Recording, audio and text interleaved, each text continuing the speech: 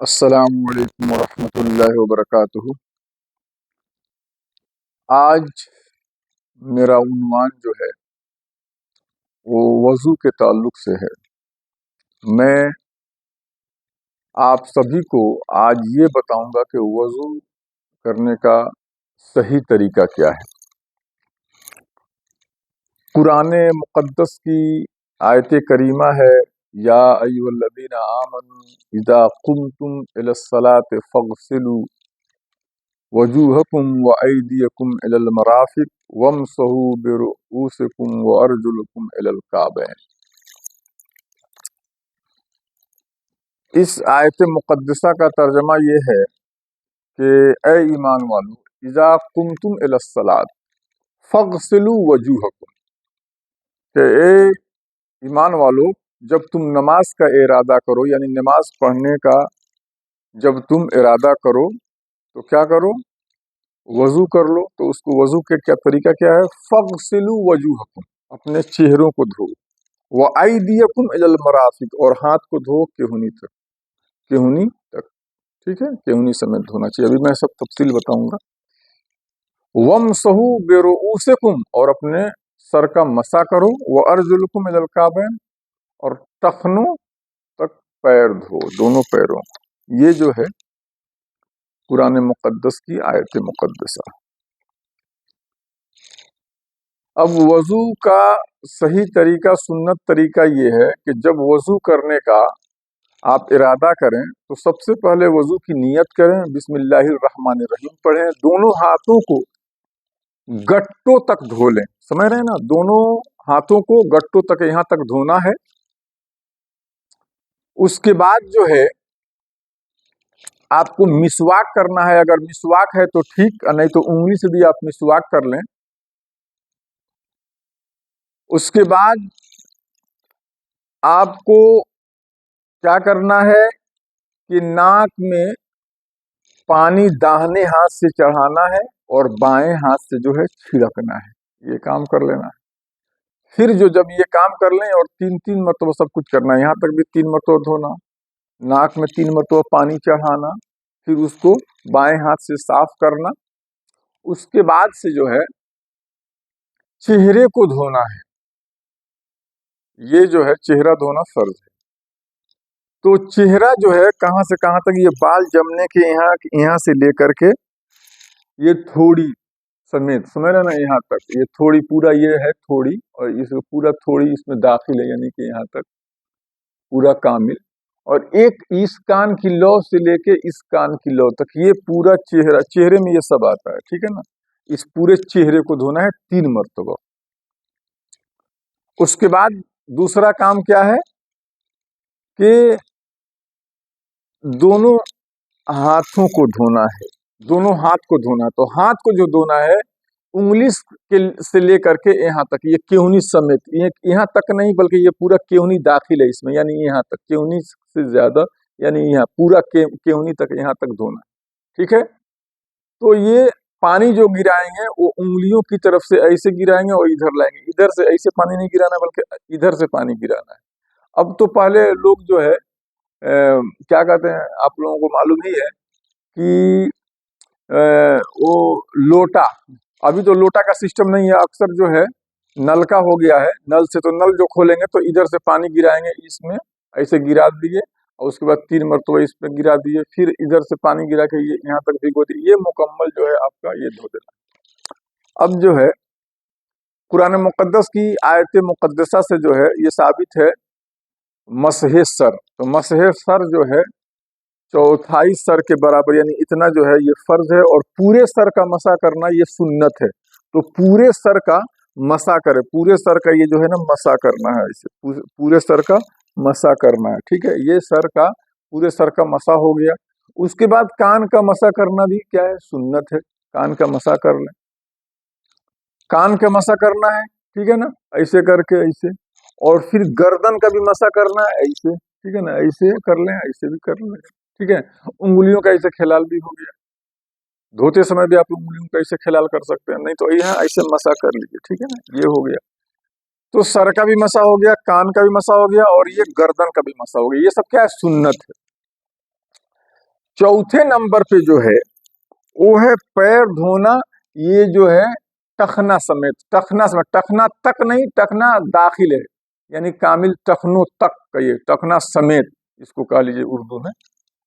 तो इसको भी 3 मरतबा पैर को धोना है। तो ये जब हो गया तो आपका वजू कंप्लीट हो गया। वजू ये जो है नमाज के लिए शर्त है, बगैर वजू के आप नमाज नहीं पढ़ सकते हैं। तो नमाज कुरान भी पढ़ना है तो आपको कुरान छूना है तो वजू करना पड़ेगा।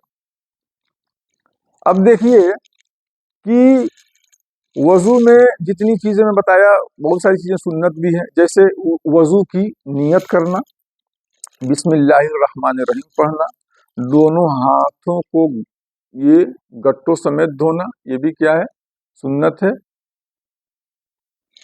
नाक में पानी चढ़ाना सुन्नत है। कुल्ली करना सुन्नत है। पूरे सर का मसा करना सुन्नत है। कान का मसा करना सुन्नत है।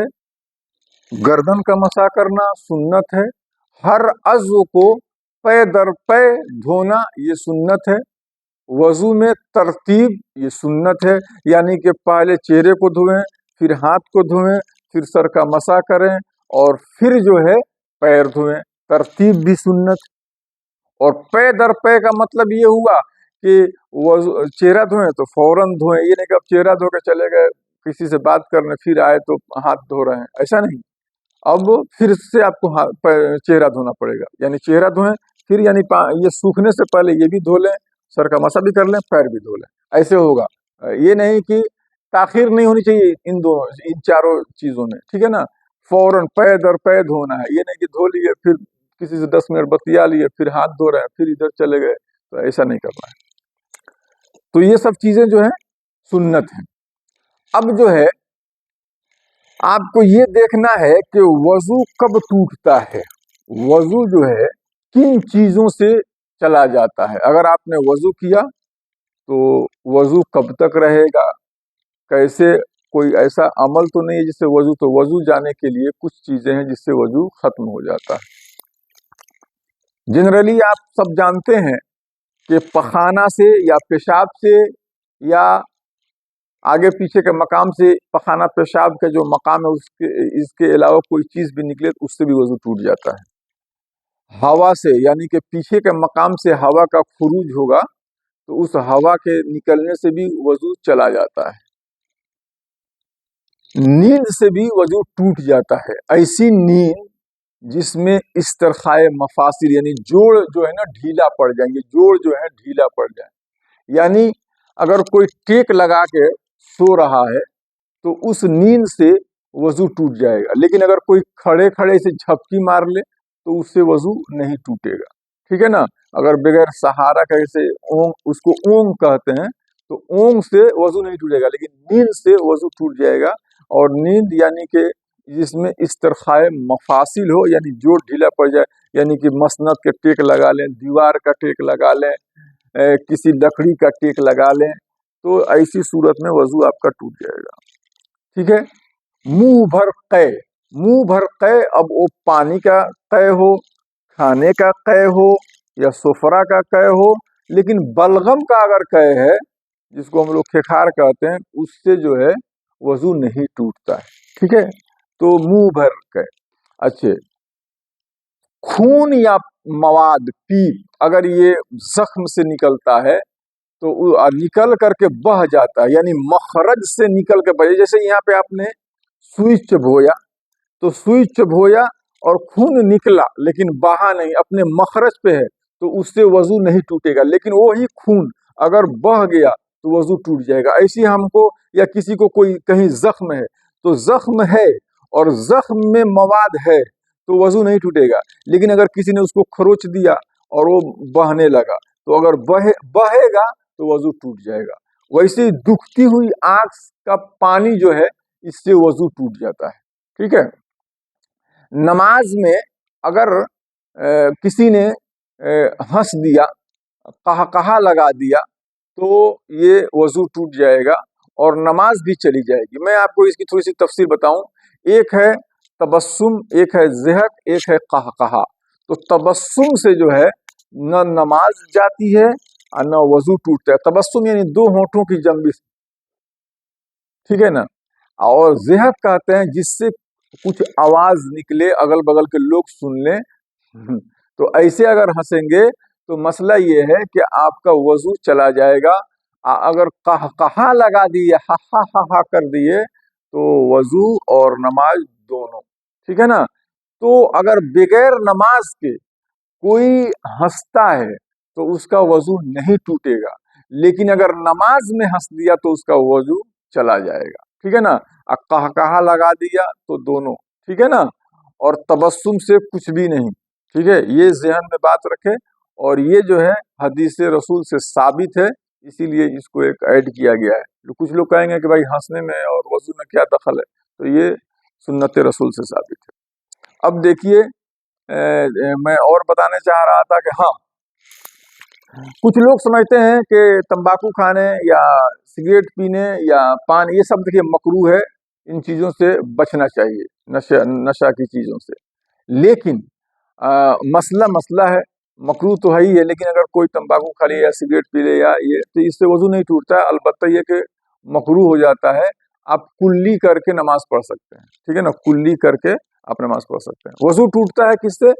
जुनून से, गशी से, और नशा, जिससे ऐसी नशा जिससे चलने में पैर लड़खड़ाए, यानी आदमी इसे, यानी कि जो बेसुध हो, तो इससे अगर कोई बेहोश हो गया, वजू में था, उसका वजू चला गया, ठीक है ना। गशी तारी हो गई तो वजू चला गया।